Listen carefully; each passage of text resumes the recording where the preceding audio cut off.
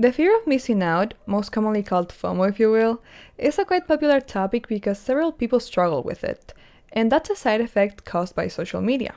But I'm not here to talk trash about the internet I love so much. I want us to focus in something more deep. Why do we feel the need to know what others are doing and be part of it? As most things, the answers might vary. At least in my experience, most of the time, it's because we fear to be excluded. We fear loneliness.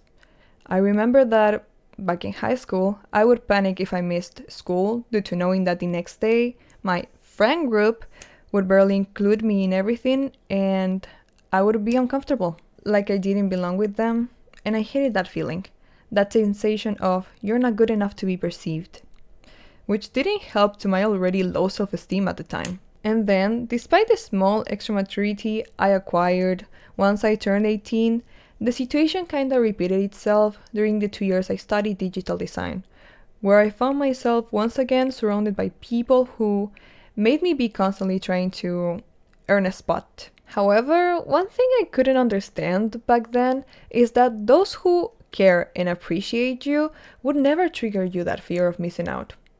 They would never make you feel like you don't matter or that you have to earn their interest, because you're always gonna have a place among them. If you feel anything different than that, you have to remove yourself from their lives and keep looking for souls who genuinely resonate with yours. Clearly, that's a process that can get kind of lonely, but it's important to be selective with who we allow in our minds, space, and lives. Your energy is not for everyone, and those who are meant to be in your path will bring peace. I think it's important to acknowledge, though, that FOMO can also be triggered purely by insecurities.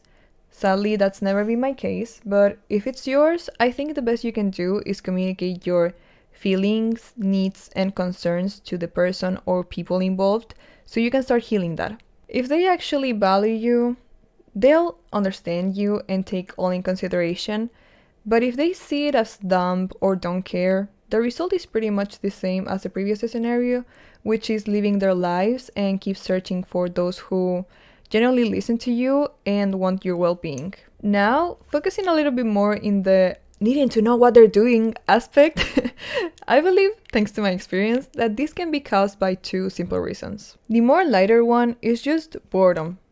You often don't have much to do, and it's easy to check on social media what others are doing so you can get some sort of entertainment and maybe even criticize or gossip about them without caring if you haven't seen them in maybe 2 years. If this is your situation, allow me to call you out and tell you that such attitude is ridiculous.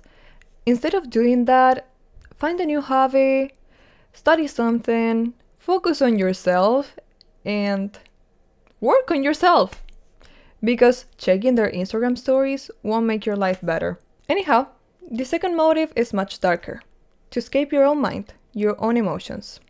We tend to believe that it's easier to ignore our problems, so we try to find escape, like keeping track of people online.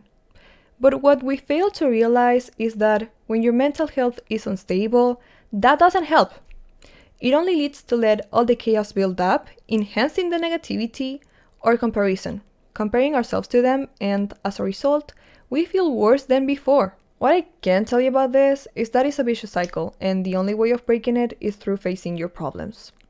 The pain, the disappointment, all of that. Just because you cover the sun with one finger doesn't mean that it isn't there. You know, confronting your demons is not easy and can be scary, but doing it is the only way you can stop drowning and start breathing clean air. You don't need to know how or where to begin, you just need to start acknowledging them and quit running.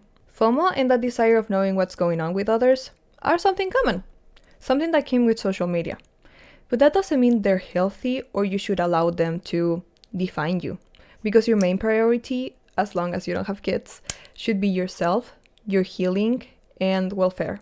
Once you achieve that, you'll not only feel great, but you'll also be like a magnet to people who truly sees you and adds good things to your life. You deserve a fire that fuels you, not one that destroys you. So, without anything else to add, thank you so much for watching. Thank you so much for being here. I hope you have a great week. Don't forget to subscribe, to leave a like, to leave a comment telling me your thoughts, your feelings. I read every sweet comment you leave there, so write something nice. And follow me on social media. I have Instagram and TikTok. I'm very active on Instagram, and I think I'm kind of funny there, so go follow me. And we will see each other soon. I don't know when, but soon. So, love y'all, and bye-bye. I'm gonna kindly ask you to ignore my hair. I mean, you're seeing this at the end of the video, so I hope you ignore my hair and you cared about my words. I think it's important to how do you say acknowledged? Acknowledge.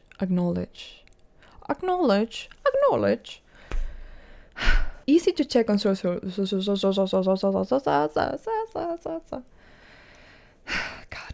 I want to eat. I realized. I'm so tired. I want to eat something. I'm gonna eat something. I'm not gonna say anything else. I usually ramble. Today I'm not rambling. Bye. Mwah.